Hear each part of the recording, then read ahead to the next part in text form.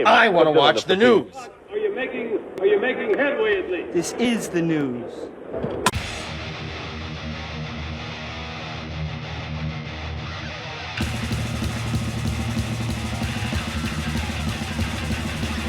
Smack 'em a gob! Hey, it's that time. You know what time it is. It's time for the only news that matters. And in a recent interview with Artist on Record's former Motley Crüe guitarist Mick Mars opens up about his favorite album from Motley Crüe. But surprisingly, it does not include Vince Neil. Yes. When asked about his preferred Motley Crüe record, Mars didn't single out a specific one, but rather referenced the album featuring former frontman John Corabi. This is what he said. He said, "The John Corabi album stands out to me.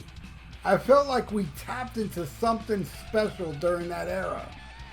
If we had been a new band, I believe it would have achieved tremendous success, perhaps even more so than anything else we've done. Unfortunately, it came out too late. Perhaps if we have rebranded ourselves, the outcome would have been different. And now people are only just beginning to recognize that, we were ahead of our time." Yeah, if you would have asked me just a year ago what was my favorite Motley Crüe album, I would say this one, the Corabi one. When it came out in 94, I was like, damn, this is really good. And, it flopped and everything, but I thought it was really, really good. I thought it was so good that Generation Swine, even bringing Vince back, had that John Corabi input, was going to be a good album. But boy, was I wrong there. No, sir. But it was only like less than a year ago, man. I listened to Shout at the Devil. And I'm like, no, man, this album is traditional metal perfection. And then and Too Young to Fall in Love is now like my favorite song on the album, and it's never been, I've always liked it, but no, I would put Red Hot or even Bastard, a Shot at the Devil. I put a lot of songs above Too Young to Fall in Love, like a little over, like a year ago. And now it's like my second favorite Motley Crüe song. And I'll tell you why. It's because of Vince Neil's voice. The way he sings that song. All you that say he's got a shitty voice, that's cool. That's your opinion. I think his voice is fucking awesome on this song, Too Young to Fall in Love. And the damn blistering guitar solo Mick Mars used to do back then, before he started getting stupid and bluesy with the slide guitar bullshit. Back on Shout at the Devil and Too Young to Fall in Love, he wasn't pulling none of that shit. He stuck to the regiment of real traditional metal. And that solo on Too Young to Fall in Love is definitely real traditional metal. Now, as for the 94 album, when they first hired him, John Corabi, I was like, holy fuck, I saw that band, The Scream. And don't tell me why I was there, because I'm not a fan of the Bullet Boys, and the Bullet Boys were headlining. And I remember walking into the bar and meeting up with my friend Angel, who told me, hey man, you know the band The Scream that's opening? And I was like, no. He goes, oh, that's Bruce Boulet from Racer X. He's in the band. I was like, oh, killer, because I love Racer X, right?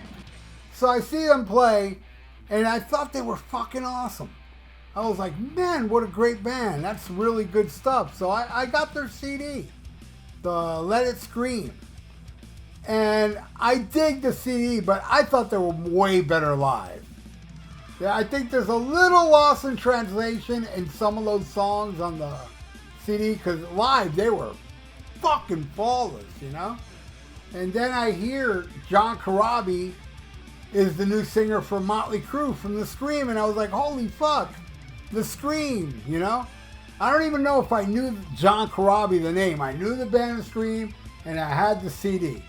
Then I hear the guy from The Scream is in Motley Crüe. I was like, holy shit, and that guy's voice is awesome. So I see the video for Hooligan's Holiday. This is before the album came out, and I was like, holy shit, that sounds awesome. Doesn't sound like Mötley Crüe to me, but it sounds awesome. So I ran out and bought the CD, and I was blown away how good it was. I mean, man, it was too fucking good. In my opinion, it was too good in 1994 for it to be popular. Because 1994, the music that was popular, well, shit, it's as lame as the music that's popular today. I'm just saying, man. An album that sounds like that Mötley Crüe self-title would not succeed in that grunge. I mean, that's when grunge died, but it was going to the post-grunge age, which for me was even worse, you know. But they were just trying to do something heavy, and I think this is like really the last Mötley Crüe album, because this was a hungry Mötley Crüe album that they were trying to reinvent themselves, but at the same time release good music. And then, you know, they tried that in Generation Swine with the alternative crap, and that didn't work out. And then after that, they just gave up. They did New Tattoo, Saints Los Angeles, which is all, you know. But now they're trying to do something different with whatever that stupid video is out now. I even forgot the name of it. I watched it like twice, and that was enough for me. But anyway, hey, what do you say I rank the songs off Mötley Crüe 94? Right on. All right, here I go. Now, there are bonus tracks like Hypnotized, Living in the Know, you know, Baby Kills, the Quaternary CD, 100,000 Miles. There's a few songs that I'm not putting on here because it wasn't on the official release.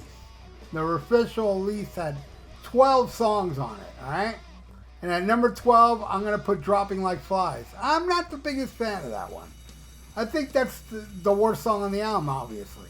I don't know. That's when they're really trying to be like, I don't know, something. It sounds very formulated of the time, but it's just not a good song. I don't think. All right, at 11, Till Death Do Us Part. I don't think it's horrible, but no, I would put 10 songs above it. It's not spectacular either. And by the way, the album was supposed to be called Till Death Do Us Part. Wouldn't that been funny as hell? You know, since it was a flop and that, you know, Mötley Crüe sold out John Corabi to get Vince Neil back in the band. See, that's the thing about, and this is where Motley kind of ended too. Because at the time, Nikki Sixx was so full of himself. Like, oh, I'm a musician, you know. And then by the time that this flopped and the record company's like, hey man, unless you get Vince Neil back, we ain't gonna support you. So instead of like supporting John and being proud of the record, he sold out, brought Vince back, and now he badmouthed this record. All right, douchebag. At number 10, Poison Apples. This one would be the closest to early Mötley Crüe. Or not really early Mötley Crüe, more Dr. Feelgood Mötley Crüe. Sounds like one of those happy tunes, rattlesnake shake crap. But it's okay. It's not like terrible like the Dr. Feelgood shit. Except for the song Dr. Feelgood. Alright, at number 9, Love Shine. Now we're getting songs I really like.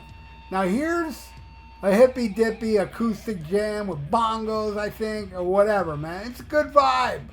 It's a great vibe. I'm not listening to this thinking to myself, this ain't Home Sweet Home. I'm listening to this as music, and it's great music. Love Shine. Love it. All right, at number 8, Hammered.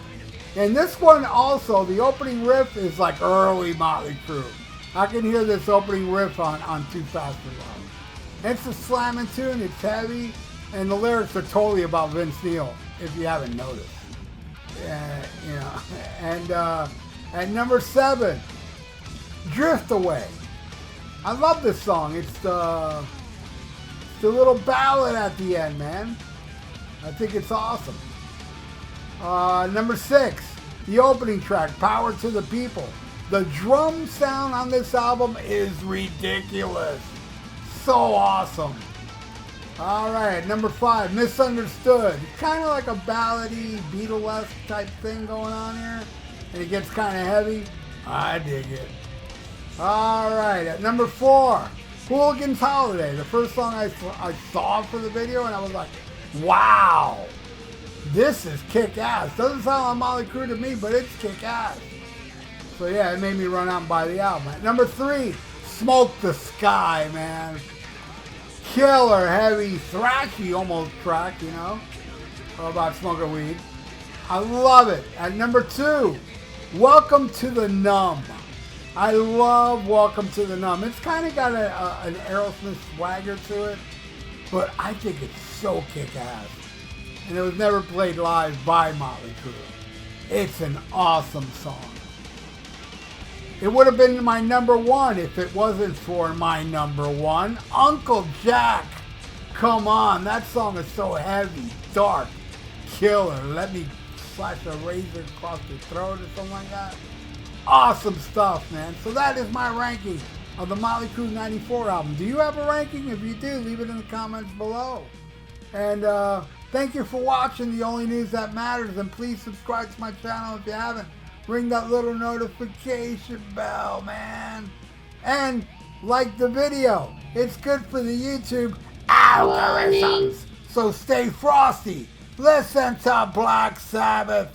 And smack 'em a gob. Farewell and adieu to you fair Spanish ladies. Farewell and adieu, you ladies of Spain. For we've received orders for to sail back to Boston. And so never more shall we see you again.